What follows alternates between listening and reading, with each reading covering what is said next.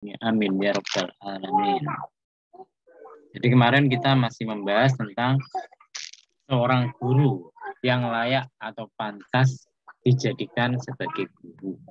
Karena tidak semua orang alim, semua orang pintar itu layak atau pantas dijadikan sebagai mursid atau guru yang membimbing. Kemarin diceritakan salah satu syarat dari orang yang pantas menjadi guru itu adalah orangnya itu sudah tidak cinta dunia, ya toh? Sudah tidak cinta harta, tidak cinta jabatan. Kemudian orangnya melakukan namanya riyadhah, seperti makannya sedikit, omongannya sedikit, tidurnya sedikit. Demikian pula banyak sholat, banyak sedekah, banyak berpuasa. Selain itu orangnya harus punya akhlak yang terpuji dan akhlak yang tercelanya itu sudah hilang dari dia.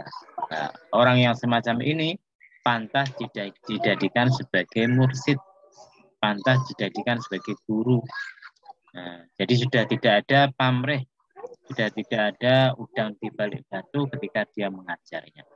Fal iktida'u maka utai melu bimisli hadzal mursidi kelawan ikilah semisal ikilah guru wa yo iktidak iku ainus sawabi iku kan kenyataane bener wa dhafru lan utai meroleh bimisli kelawan guru semacam ini nadirun iku longko la siyama apa meneh fi hadas zamani ing dalem ikilah zaman ing dalem ikilah waktu fa innahu maqsudun kelakuan kasura akeh fi ing dalem hadas zaman man sapa wong yadai kang ngaku sapa wong al irsada ing nuduhake wawalan hal utawi wong fil hakikate ing dalem hakikate yadu ngajak sapa wong anna sae menungso ilallah wi marang lelahan walagwi lan sia-sia balik ngaku kasirun sapa akeh minal mulhidina saking wong kang lacut. Orang lacut ini kadang diartikan orang ateis, tidak beragama, kadang diartikan orang kafir. Ali irsada ing nuduhake bimul hawalafatis syariati kelawan nyulayani syariat. Wa bibawis bisa babi gola batiha ula ilmu daina lan kelawan sebab menangi mengkono wong kang ngaku. Terus ikhtafa samar al mursiduna sapa wong kang nuduhake guru kang nuduhake al hakiki yuna kang nyoto fi arkaniz zawaya ing dalam pojok-pojoke pira-pira zawiyah itu pondok. Jadi maksudnya gimana? Maksudnya kalau Anda bisa menemukan guru yang semacam itu, guru yang tidak cinta dunia, tidak cinta akan pangkat, tidak terpengaruh dengan kepopuleran, kemudian dia makannya sedikit, omongannya sedikit, kemudian sholatnya banyak, sedekahnya banyak, puasanya banyak, akhlaknya terpuji. Nah, kalau Anda menemukan guru semacam itu ya diikuti, karena di zamannya Imam Ghazali sendiri, guru semacam itu sudah langka. Kalau zamannya Imam Ghazali sudah langka, apalagi zaman sekarang, wah lebih langka lagi. Gitu loh. Jadi jangan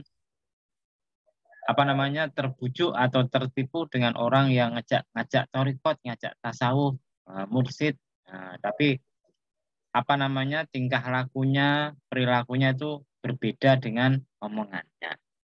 Kadang ada guru mursid itu, ini pengalaman saya pribadi loh. Ada guru mursid itu pakai jam tangan, harganya sampai jutaan. Itu kan sebetulnya kurang pas. Kenapa? Itu ngajak santrinya untuk cinta dunia, meskipun dia tidak ngomong, ya toh? Kenapa semacam itu? Barang Kia ini jamnya tuh Alexander Christie, harganya 1 juta lebih. Nah, terus santrinya gimana? Oh, bahkan ada guru mursyid tuh yang ngajak anggota torikonya selalu iuran terus untuk bangun pondoknya. Nah, kan tidak pas.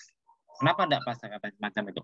Karena sebetulnya kalau seorang guru mursyid itu tujuannya itu mengajak santrinya, mengajak muridnya untuk menuju kepada Allah Subhanahu wa taala.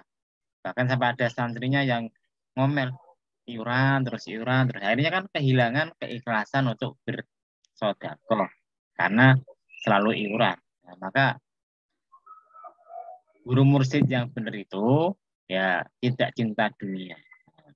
Babima karena tapi sayang sekali sekarang banyak orang-orang yang mengaku mursyid padahal itu kadang-kadang dia itu tidak pantas untuk mursyid, bahkan kadang-kadang perbuatannya, ucapannya bertentangan dengan syariat. Yang kemarin tak ceritakan tokoh dari mana? Daerah Jawa Timur, Kiai Sarifuddin, katanya Kiai Sarifuddin. Tapi dia mengatakan rokok itu tidak membatalkan puasa. Jima sama istrinya ketika di bulan Ramadan tidak membatalkan puasa. Alasannya apa? Oh, jima itu halal, masa diharamkan? Wah, gitu loh. Dia tidak pernah ngaji paling. Ketika diprotes sama seorang warga pakai kitab Nihayatul Zain karena Imam Nawawi Banten, dia justru marah-marah. Oh, kalau pokoknya kamu harus ikut saya itu masuk surga. Wah, kalau enggak ya masuk neraka, kebalikannya. Nah, ini mulhidin, orang-orang yang ajarannya bertentangan dengan syariat. Nah, gara-gara orang-orang yang semacam ini, orang-orang mursyid atau guru-guru yang betul-betul pantas diikuti itu menjadi jarang, menjadi langka. Kadang-kadang mereka itu bertempatnya di pojok-pojokan dari pondok pesantren, tidak kelihatan lah. Babima karena wali itu kan ada dua macam. Wali yang memang ditampakkan oleh Allah kewaliannya ke masyarakat, semacam Kiai Hamid Pasuruan, semacam Kiai Syekh Abdul Qadir Jailani, itu memang ditampakkan kewaliannya kepada orang banyak. Tapi ada wali yang tersembunyi semacam Uwais Al-Qarni dan banyak lain. Ya, kalau Anda bisa menemukan guru yang semacam itu, alhamdulillah, luar biasa. Itu sulit sekali menemukan. Wa bima dzakarna lan kelan perkara dzakarna kang nyebut sapa kita. Ulima dan werwi. Apa ba'du alamatil mursidi, apa sebagian tanda-tandane guru al hakiki kang nyoto. Hatta annau sehingga setune kelakuan manutai sapa wong iku wujida den temu sapa wong mutakhallaqon iku berakhlak dia kelawan alamat mau ulima den weri apa anna apa setune wong iku minal mursidina iku setengah saking pira-pira mursid guru wa manutai sapa wong lam yakun iku ora ana sapa wong mutakhallaqon iku berakhlak dia kelawan alamat mau ulima dan werwi anna setune wong iku minal muddaina iku setengah saking wong kang ngaku-ngaku. Jadi nanti kalau Anda mencari guru, maka lihat ditimbang dengan perkataannya Imam Ghazali tadi. Apakah gurunya itu memang tidak cinta dunia, tidak cinta harta, kemudian apakah gurunya itu memiliki akhlak yang mulia atau tidak. Nah, kalau memang dia memenuhi syarat-syarat yang diserangkan Imam Ghazali, ya berarti dia adalah guru yang nyata, yang pantas diikuti. Tapi kalau tidak memenuhi syarat tadi, guru kok senang dengan kemasyhuran, kepopuleran. Oh, berarti dia tidak berakhlak seperti yang diterangkan Imam Ghazali. Berarti dia adalah guru yang mengaku-ngaku saja jadi guru. Fa'in tahassara mukramun ngasilake sapa ahadun sapa uji alami sri hadzal mursidi ing atase ikilah guru. Ing atase sepadane ikilah guru wa qabilahu lan rimahu ing wong sapa al mursidu sapa guru. Wajib moko wajib ale ing atase wong apa ihtiramu apa mulia ake wong dohiron ing dalam dohire wa batinan ing dalam jerone. Jadi kalau ada orang yang menemukan guru semacam ini dan gurunya mau menjadikan dia murid, maka wajib menghormatinya secara dohir dan batin. Maksudnya gimana? Fal ihtiramu moko utawi mulia ake ad-dohiriyu kang bangsa dohir. Allah yujadilahu iku yen to ora bantah sapa wong hu ing guru. Wala yungkiran orang ngingkari sapa wong alaihi ing atase guru. Wala yuki manora ngetekake sapa wong al hujjata ing hujjah alaihi ing atase guru. Fi ayi mas'alatin ing dalam endine masalah. Dakaro kang nyebut sapa guru ing ayi mas'alatin. Wa in tahaqqaqa lan senajan nyoto apa khata'u apa salah guru. Jadi maksudnya gimana? Memuliakan sesat dzahir itu artinya kita tidak berdebat dengan guru, tidak mengingkarinya, kemudian tidak pakai banyak alasan untuk menyalahkan gurunya. Meskipun terkadang guru itu keliru. Apa ada guru yang keliru? Ada. Dulu itu saya punya guru lulusan pondok pesantren, tidak tahu sebutkan di mana ya, tapi sudah lama sekali. Orangnya kalau dihitung-hitung pondok itu mungkin hampir ada 14 tahun atau 24 tahun. Saya lupa yang benar ya mana. Orangnya pernah cerita sama saya. Jadi suruh baca kitab kuning apa saja dia bisa. Nah, bisa. Soalnya ngajinya sudah lama sekali. Cuma kalau kita perhatikan, i'rabnya, nahwunya itu banyak yang keliru. Banyak yang keliru. Tapi yang lucunya ketika terangkan pas, bener. Karena saking seringnya ngaji. Tapi kalau saya ngaji sama guru itu tidak pernah tak bantah, Pak, i'rabnya keliru, ini salah, ini salah. Enggak, entah apa dibantah. Kita tujuannya ngaji. Dan ketika dia memberikan ilmunya, memberikan faedah dari kitab yang dia pelajari, ternyata kan benar. Meskipun i'rabnya, nahwunya kacau balau. Gitu loh. Nah, ini kalau kita jadi murid ya semacam itu. Jangan suka bantah. Kalau suka bantah, arti akhirnya guru itu tidak akan mengeluarkan ilmu simpanannya. Anda tidak akan diajari ilmu simpanannya. Diajari ilmu yang biasa-biasa.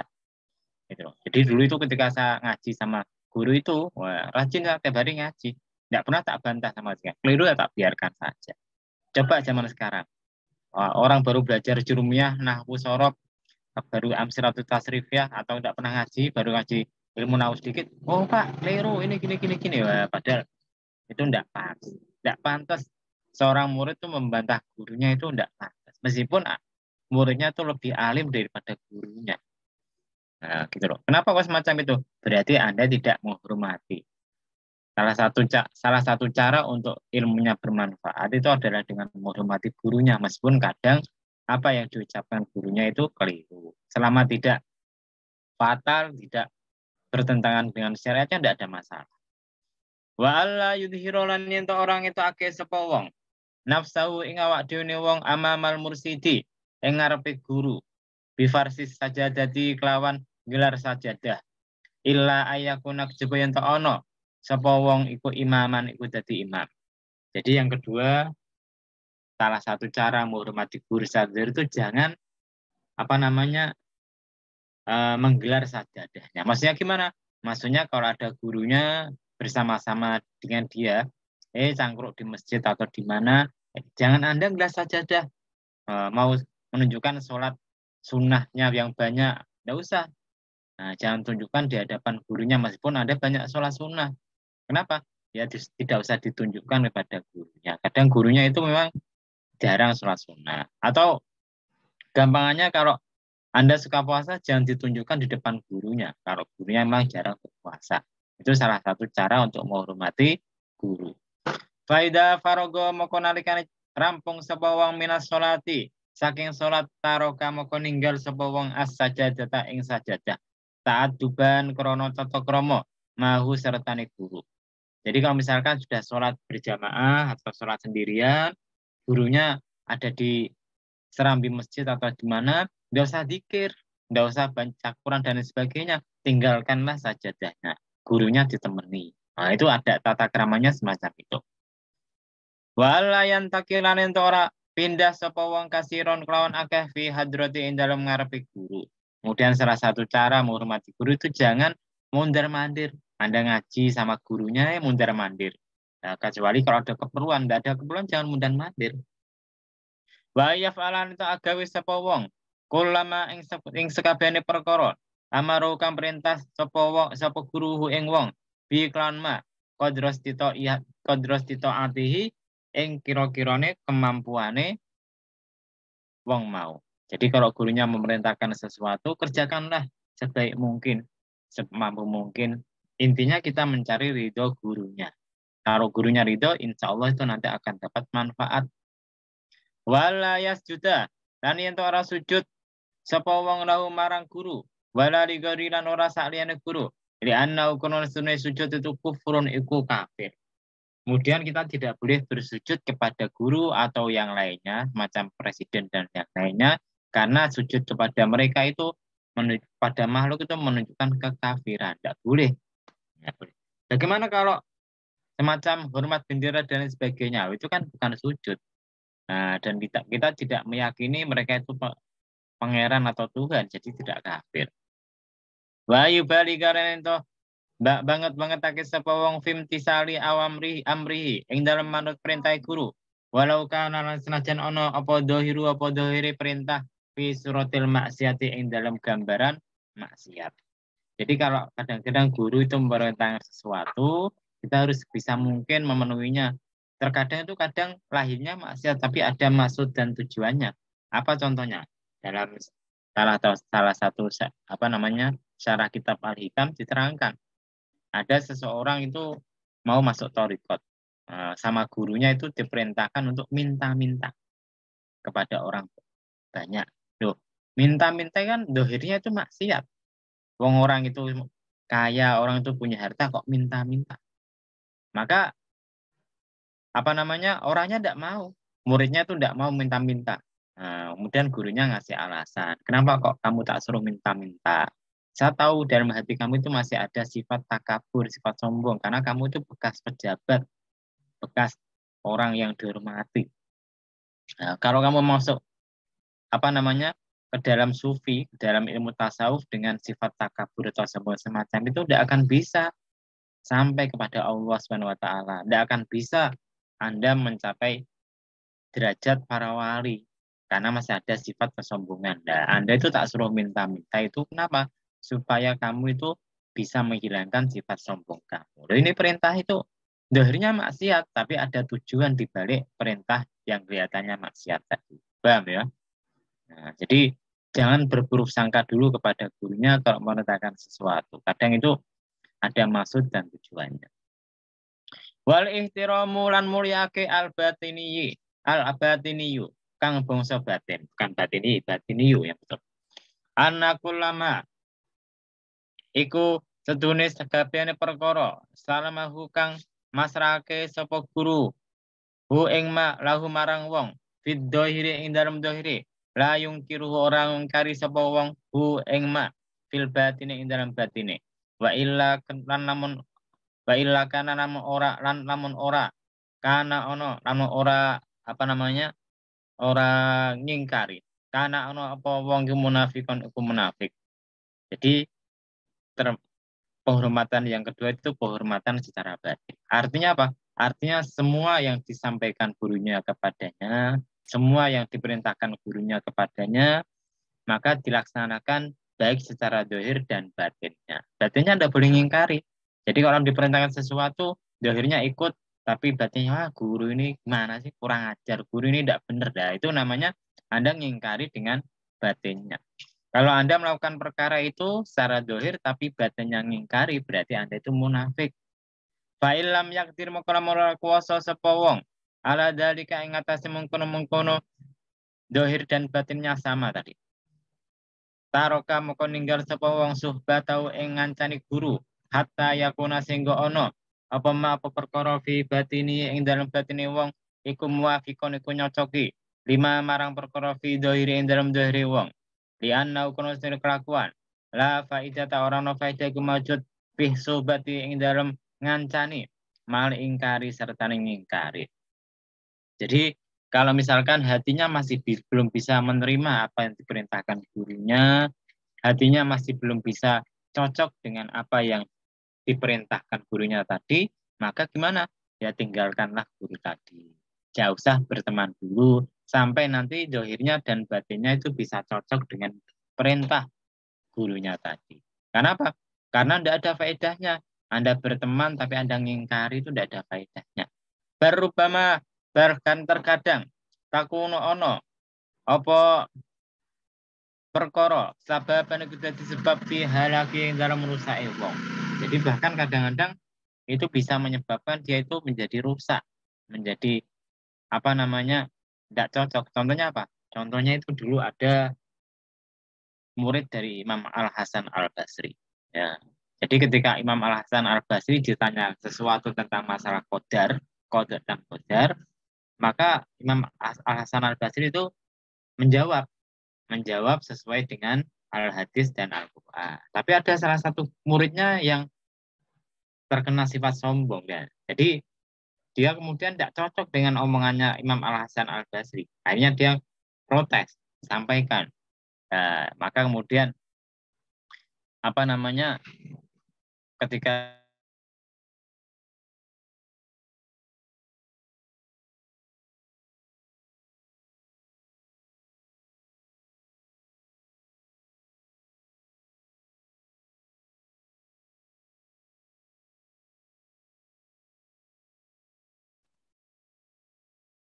Putus-putus ya.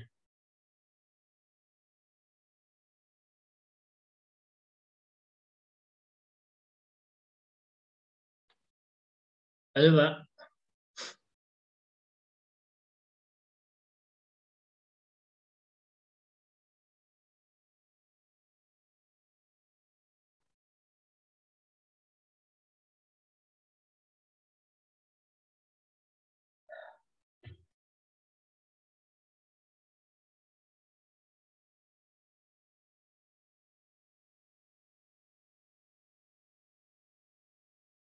mana tadi? Oh, jadi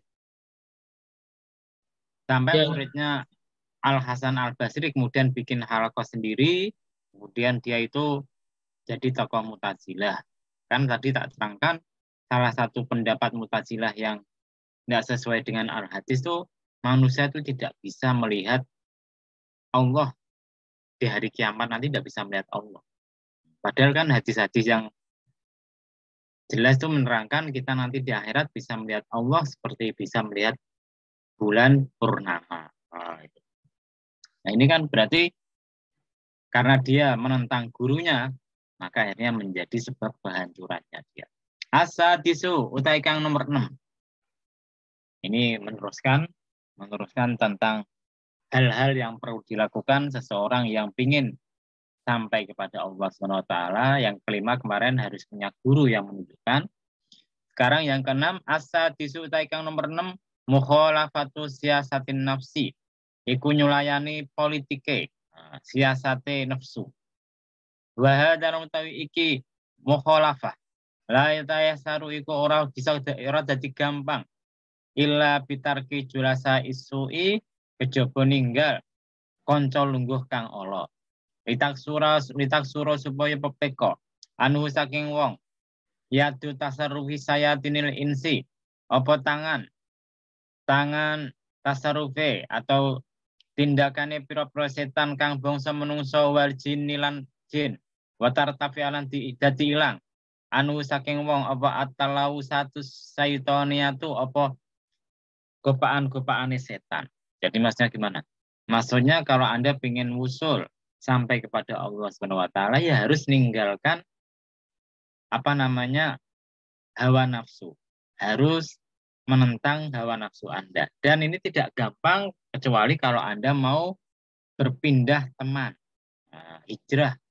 Kalau biasanya berteman dengan orang-orang yang ngomongannya tidak karuan, berteman dengan orang yang tidak ngaji, berteman dengan orang yang ya pokoknya kurang baik lah. Akhirnya pindah ke berteman dengan orang-orang yang baik, orang-orang yang soleh. Supaya apa? Supaya tidak gampang tergoda. Nah, ya. Permisalan yang gampang itu contoh semacam orang kalau ingin berhenti apa namanya narkoba, berhenti minum. Kalau dia tidak pindah teman-temannya, tidak ganti teman, tetap sama teman yang suka minum, tetap sama teman yang suka pakai narkoba. Kalau dia pengen berhenti tidak akan bisa, karena mungkin 1 hari 2 hari dia berhenti, tapi ditawari terus sama teman-temannya. Ya akhirnya kembali lagi. Sama dengan orang kalau ingin dekat kepada Allah SWT, ganti temannya. Yang biasa temannya kurang baik, ganti dengan orang-orang yang baik. Yang temannya tidak pernah haji, tidak pernah sholat, ganti dengan teman orang yang rajin sholat, rajin haji. Insya Allah kita akan ikut kepada kebiasaan mereka. Asabiu taika nomor 7. Bukan berarti kemudian teman-teman itu kita tinggalkan. Enggak, ya tetap kita temani. Cuma jangan terlalu akrab lagi. Keakraban diganti dengan teman yang lain. Asa piunake nomor 7. Antah taro iku yen to milih sapa sira jami'a ahwalil fuqara'i ing sekabehane keadaan-keadaan wong fakir. Lianna aslah hadat toriki korona setune asal ikilah dalan farogul kolbi sepini ati min hubid dunia saking cinta dunia. Kemudian yang nomor 7, kalau Anda milih jadi sufi, Anda milih ikut torikot, maka harusnya keadaan kamu itu seperti keadaannya orang fakir. Artinya apa? Artinya pakai baju ya seadanya. Tidak usah mikir bajunya harus bermerek. Sarung ya seadanya. Jangan mikir harus sarung Atlas, Wardimor atau yang lainnya yang mahal-mahal. Tidak. Seadanya yang dipakai. Sama dengan pakai barang-barang yang lain. Tidak usah bermerek, tidak ada masalah. Karena apa? Karena asal dari jalan ini adalah hati kita itu bisa kosong dari cinta dunia. Bukan berarti dilarang pakai sarung Atlas, bukan berarti dilarang dengan pakai benda-benda yang mahal, boleh. Tapi jangan sampai itu kemudian memberikan bekas, memberikan pengaruh ke dalam hati kita. Artinya kita pakai sarung yang mahal sama sarung yang biasa itu sama saja. Kita pakai jam yang murah sama jam yang Alexander Christie atau Rolex sama saja. Tidak ada pengaruh. Nah, karena sudah tidak ada namanya cinta dunia. Nah, paham ya? Tapi ini kalau memang Anda menjadi tokoh masyarakat, menjadi kiai ustadz, ya berilah contoh yang baik. Artinya pakai pakaian yang biasa saja, jam ya biasa saja. Misalkan pakai barang-barang yang biasa saja. Jangan pakai yang mewah-mewah, karena itu kalau Anda lihat semacam kiai-kiai NU, ulama-ulama NU yang luar biasa hebatnya itu rata-rata kadang-kadang itu sederhana. Yang lagi ngetren sekarang Anda lihat siapa itu Gus Baha. Sepeda motornya apa? Pakai sepeda motor yang bagus. Ya biasa lah sepeda motornya. Ya toh? Nah, karena apa? Karena tidak cinta dunia. Berbeda dengan tokoh-tokoh dari kelompok yang lain. Kalau Anda lihat ada yang dari kelompok sebelah itu memamerkan mobilnya, moginya, bahkan kadang itu kan dunia. Tidak pantas seorang kiai, seorang ustadz itu memamerkan dunia semacam itu tidak pantas. Akan apa? Karena akan ditiru sama umatnya, ditiru sama santrinya. Berilah contoh keteladanan dengan sederhana. Nah, seperti yang dilaksanakan Kanjeng Nabi, dilaksanakan oleh para sahabat, sederhana semua. Tidak ada yang bermewah-mewah. Bahkan Abu Dar Al-Ghifari, salah seorang sahabat Kanjeng Nabi itu, kan dulu ketika masih sama-sama melarat, jadi ahlu sufah, itu tempatnya di masjidnya Kanjeng Nabi. Temennya siapa? Abu Hurairah. Nah, ketika zamannya Utsman bin Affan, Abu Hurairah itu diangkat jadi gubernur. Akhirnya rumahnya mewah besar dan maka ketika Abu Dar Al-Ghifari mimpin protes, mimpin karena banyak umat pejabat-pejabat yang sudah mulai cinta dunia, maka ketika datang ke kotanya Abu Hurairah disambut sama Abu Hurairah. Karena Abu Hurairah nyangka ini teman akrab saya. Ketika mau dirangkul maka Abu Hurairah, Abu Dar Al-Ghifari tidak mau. Kamu tuh sudah bukan teman saya. Kamu itu lihat sudah tertipu sama dunia. Oh, tuh, gedung kamu, rumah kamu seperti gedung dan sebagainya.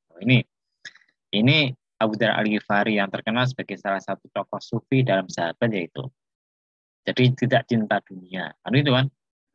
Nah, bukan berarti Anda tidak boleh punya rumah gedung, boleh, itu semua boleh, cuma tidak boleh memberikan pengaruh kepada jiwa kita, kepada diri kita. Kalau Anda sudah jadi tokoh sufi, rumah gedung sudah menjadi tokoh sufi, menjadi pengikut sufi, harusnya rumah gedung sama rumah biasa itu sama saja.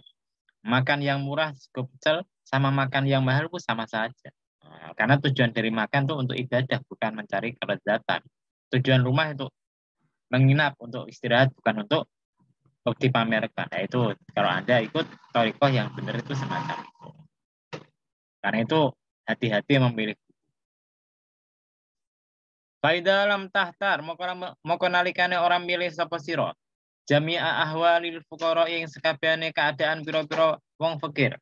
Wajata moko nemu sapa sira. Fi qalbika ing dalam ati sira al asbab ing sebab ad-dunyawiyata kang bangsa donya. Faqala moko siti antak tiro ing mampu sapa sira alal kholasi ing atas selamat minuh biha saking cinta dunia. Jadi kalau Anda itu ingin jadi ikut toriko, ingin jadi sufi, tapi kok tidak mau meninggalkan dunia, nah, maka kadang Anda tidak akan mampu selamat dari cinta dunia. Kok bisa semacam itu? Contohnya misalkan Anda punya sepeda motor yang biasa. Misalkan kemudian tidak sengaja ketabrak atau kena disenggol orang. Nah, kalau motornya biasa-biasa mungkin Anda, wah, tidak apa-apa, Pak. Tapi coba sepeda motor Anda itu edisi baru. Nah, baru keluar Grace, sampai sedikit mesti Anda marah-marah. Gimana sih, Pak? Oh, lihat gitu. Kenapa? Karena sudah cinta sama sepeda motor yang baru. Karena itu kalau Anda ingin jadi ikut toriko, ingin jadi sufi, ya sebisa mungkin kalau bisa menghindari barang-barang mewah, barang-barang yang dunia sebangsa dunia. Ikut Imam Ghazali, harta yang ada di dunia ini kan kalau memang kita perlukan, maka tidak termasuk dunia. Contoh misalkan Anda perlu sepeda motor untuk kerja, sepeda motor untuk mengajar, sepeda motor untuk pergi ke masjid, maka itu sepeda motor ini bukan dunia, karena memang Anda butuhkan. Tapi kemudian kalau Anda punya dua, yang satu tidak Anda butuhkan, yang motor kedua itulah menjadi dunia. Paham ya?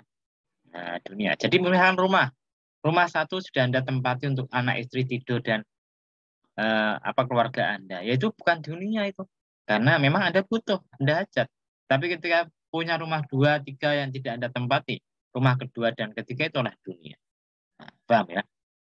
Jadi yang kalau menurut Imam Ghazali yang namanya dunia itu adalah sesuatu yang tidak kita butuhkan. Kalau sesuatu kita butuhkan itu berarti bukan dunia. Contoh misalkan Mas Muluk, Anda kerja butuh kantor, Anda beli kantor, itu kantor itu bukan dunia, karena memang Anda butuhkan untuk menyokong hidup Anda dan anak istri Anda. Tapi kalau sudah punya kantor satu, buka cabang 2, 3 lah. Cabang 2, 3 itulah yang dunia.